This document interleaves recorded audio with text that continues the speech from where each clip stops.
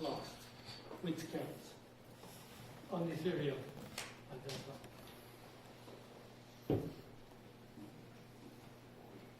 So here's the new interface. In fact, the old interface was quite different. So it's a little bit gamified now with some animation. So first, you decide from where is the source ledger. In that case, would be Bitcoin. Oops. And then you can only move it to these networks, basically. So and then I will move it to EOS. And what I have it here is that I will move from, in fact, I will move the money to this reserve. This is the address of the reserve, and because on Bitcoin it is an HD wallet, means you create a new transaction every time. That way you can identify for sure what is this transaction. And on the other kind of network, we're using the memo, in that case, like you have on EOS, where we write an invoice number. To be sure that we can identify, because we have to watch the blockchains and find, is this transaction the one I associated with this? So what we do right now is a transfer request that will be sent to a peer-to-peer network, which is the inter-blockchain network, where you, based on the Candelia protocol, used at first by BitTorrent, then used by Ethereum, used also by Bitcoin, and used by EOS. In fact, all the blockchains, or about most of them, they use the Candelia peer-to-peer network, allowing the different nodes to recognize, when you're having one. So you have these nodes. This guy will talk to an input node, which is also, by the way, an auditor, an automated auditor. The desktop version, not the web version, but the desktop version, has another button there, which is an auditor button.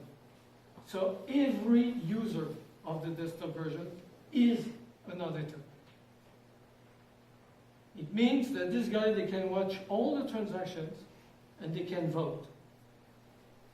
What they do, they say, this transaction is honest, I checked the source and the destination balance, and if they are the same, I broadcast on the inter-blockchain network if it's a good transaction or a faulty one. And it's statistical. It's the equivalency of the consensus, basically, but for an inter-blockchain problem, where you want to have an honest movement, which is quite different also from the management of the reserve, which is a governance problem. In that case, you want to be sure that the money doesn't escape during the transfer.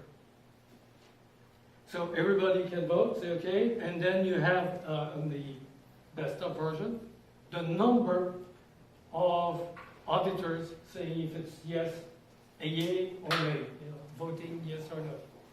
And then you can watch it run down. Also, it's all the gamified, so you can see what's happening.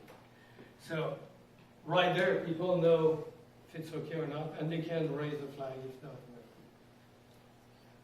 So but this is not on the web version because of security reasons, obviously, because the browser doesn't allow to be as secure as a desktop application.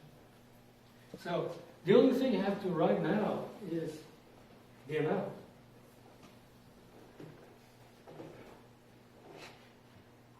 And then now I have to pay. So I'll use Economy to do that. How hard was it to integrate the QR code? Do you know? Very easy. It took me an hour. Was that like open source solution? Yes. Do you know by chance the name of? I don't remember by heart because I did that 7 or 8 months ago. I forgot. There's so much stuff I have to keep in my mind that once in a while I have to do. garbage collecting.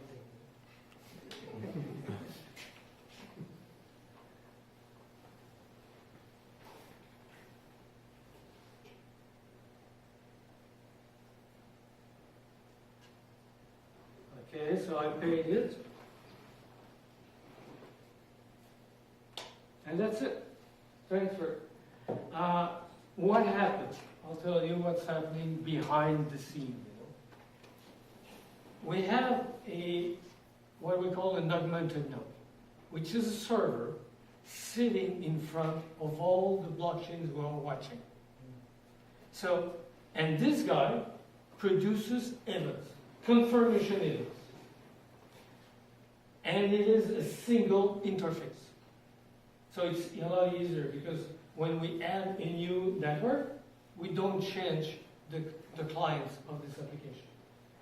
And we have in front of that a very fast broadcaster. So it is a general purpose server that you say you have three basic things. You first connect to the server with a certain ID, client ID, and then you say, I want to subscribe to watch this address on this network.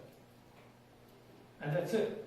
As soon as this guy see a transaction on this address, and if there are many confirmation, like for example on Bitcoin, because it is on testnet and we picked, in order to be faster, to have a zero confirmation, meaning it's in the mempool, but otherwise we will have to wait an hour to wait for 6 confirmation, which is the standard for Bitcoin to be sure that the transaction is really in the ledger.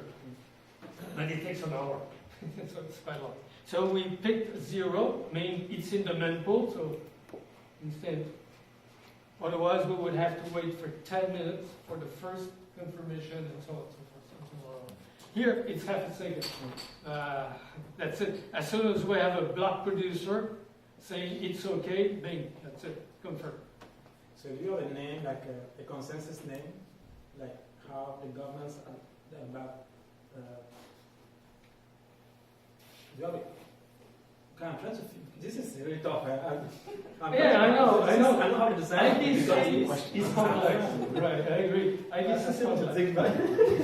It's not an easy thing. I agree with you. Yeah, but like interbanking, it's not easy. If I could draw you the international banking system, it's not easy. Okay, if it's a banking system, now I can understand. Because it means I can have, let's say, 6 banks that will confirm the transaction. Those 6 banks, they are like the nodes. Okay, they open the nodes. Yes. And I just need to send message among them. Yeah.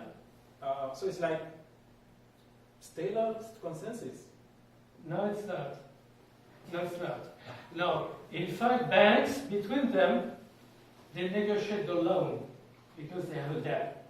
Otherwise, they have the very same number of transactions with the same amount on both sides. If they don't, one or the other, they have a loan toward the other. So they have to borrow. Either they borrow on the open market, the labor, the market, we know they manipulate a lot, and mostly in the city, in London.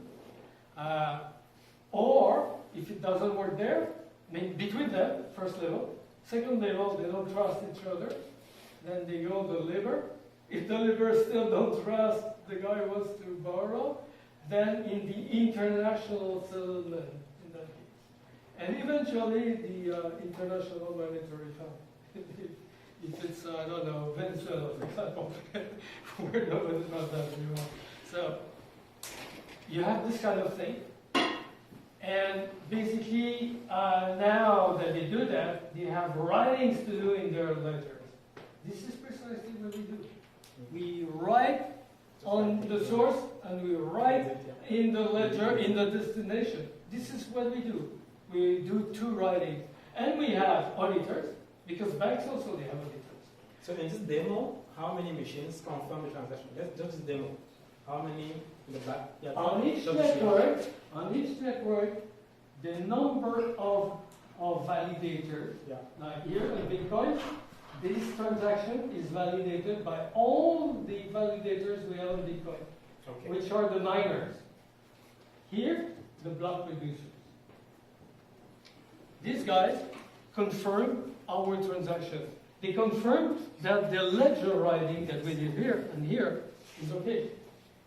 They confirm it. However, we have to do the transaction. We say, do a transaction here, so write from this ledger to this ledger, and here we have also to do that on the other blockchain. Do a transaction here and get confirmed by the block producers or the miners. See, it's a, why the Polkadot and Cosmos don't do it or don't make it? Yeah, but they don't want to be Because like it's not that they don't know, they know. It's only that they're jammed in their own paradigm of starting from a blockchain. The problem we have to resolve is not a blockchain problem. It's who signed the check and how you trust them to sign the check. Totally different. Was this a test network Bitcoin? Yeah, it was on test. No, it's not on mainnet. Have you done real? Yes, we did one check, and it works. It's exactly the same thing. As you know, testnet is a replica. So And how are you going to make money? we charge. Actually, we are trying to understand. In fact, this, for the moment, with the exception of the federation, this will be part of an exchange. So it will be a distributed exchange using this kind of technology to bring in chain these tokens to be traded on a fast transaction network like Worldly in that case. And then being able to, so the funding of the redeem part will be this. So instead of, we won't replicate the quadriga problem by doing so, where you can escape with the money and say you're dead, and all these kinds of things. Because it will be non-custodian, the only thing will be that you bring the token to a fast, efficient network like EOS, or Worldly, which is the same thing. And then you can do, and also Worldly, I say Worldly because they have the KYC. And as you know, most of the exchanges by 2020, they will all have to be KYC. Because now, the legislator are in. So this is why we do that. And a couple of other things. So we are very competitive. So you're going to be building an exchange, or is it just going to be No, incorporated in all the exchanges? This is our exchange. Yeah. Your own exchange, Our and that's own where the exchange. fees are going to be generated. Yeah, and if you have, I don't know, the football, I can connect on it otherwise, but we'll do, I think by the end of the month, a webinar, and we'll show it live. Actually, it's on my machine. If I just, I need a connection. I need a connection for that. I will do a webinar, so that way. I'm in your Telegram channel now. Yeah, yeah. I know probably we saw the pseudo. I saw it one couple of times on the channel. So this is how it's working. Thank you.